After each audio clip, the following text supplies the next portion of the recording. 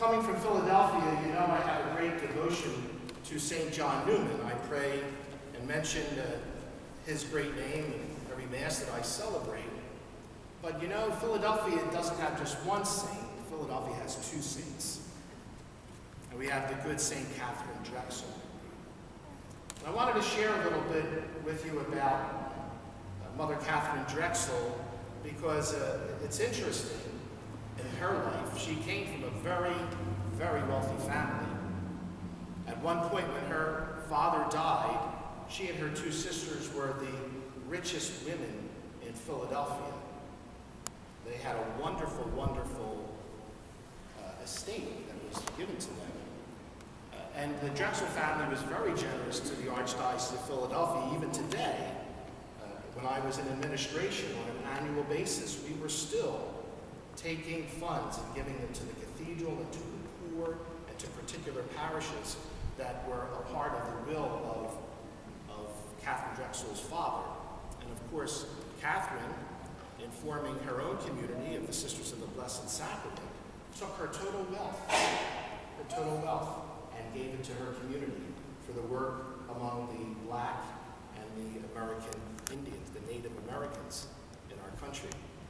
But she was a rich woman, was contemplating marriage at some point in time, but she was always torn with this notion of a vocation to the religious life. She formed a spiritual relationship with Father O'Connor, who was the pastor of her parish at St. Dominic's in Philadelphia. He later became a rector of a seminary and then a bishop. And he continued to be her spiritual advisor. And she also had a priest who was her confessor. But Bishop O'Connor was never quite sure that Katharine Drexel should enter the religious life. He just wasn't sure about that. But he didn't want to stand in the way of the Lord. So he asked Katharine if she could do two lists. One list of all the reasons why she should commit herself to a religious life, a consecrated life, and then all the reasons why she should not. So I want to read to you some of the reasons not to become a religious or a consecrated religious. Now remember, this is Katharine Drexel. She's a saint.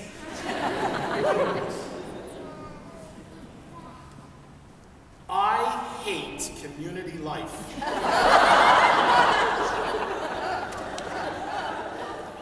I should think it maddening to come in constant contact with many different old maidish dispositions. I hate never to be alone. I fear that I should murmur at the commands of my superior and return a proud spirit to her reproofs. Superiors are frequently selected on account of their holiness, not their ability.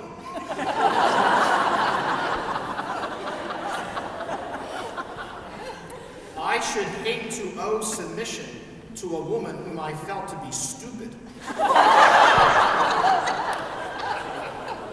and whose orders showed her thorough want of judgment. When with very slight variety the same things are exacted of me, day in and day out, year in and year out, I fear weariness, disgust, and a want of final perseverance, which might lead me to leave the convent, and then what? And I do not know how I could bear the privations and poverty of the religious life. I have never been deprived of luxuries. Interesting for the Mother Superior of a community, huh? On the positive side, although she has a whole list of positive things, I'll share this with you. Katharine Drexel said the attainment of perfection should be our chief employment in life. Our Lord has laid a price upon its acquirement when he says, if thou wilt be perfect, go, sell what thou hast, and give to the poor, thou shalt have treasure in heaven. And come, follow me. And he that followeth me walketh not in darkness. How could I doubt that these words are true wisdom, said Katharine. And if true wisdom, why not act upon them? It's a little bit of joy in listening to it, but isn't it real? Aren't they some of the very things that those of us who commit ourselves to a vocation to the church, whether it be priesthood or consecrated life, we always wonder, where will the Lord be? Will he be with me? And how will I be able to deal with the humanness of everyone else around me? Those that I live with and work with, and those that the Lord calls me to serve. How could I endure it? And I think that we might not come to the point of Elijah, where we're looking for a broom tree to sit under and pray for death. But I think that a truly spiritual person who commits him or herself to the Lord in his service will come to those days and those moments where you just want to be sure that in this imperfect world, you have chosen the right path.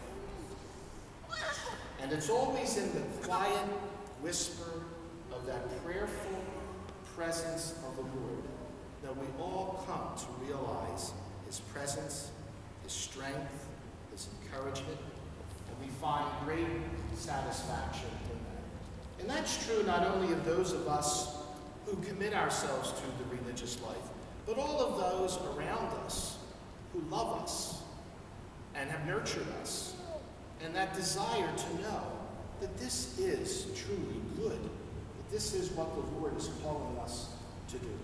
Obviously, it's an act of faith. None of us knows what our future has in store as we minister as one of God's servants. It's an act of faith. It's a profession of faith. But we always have that word of the Lord, that if we give our lives for him, if we die with him, we will rise with him.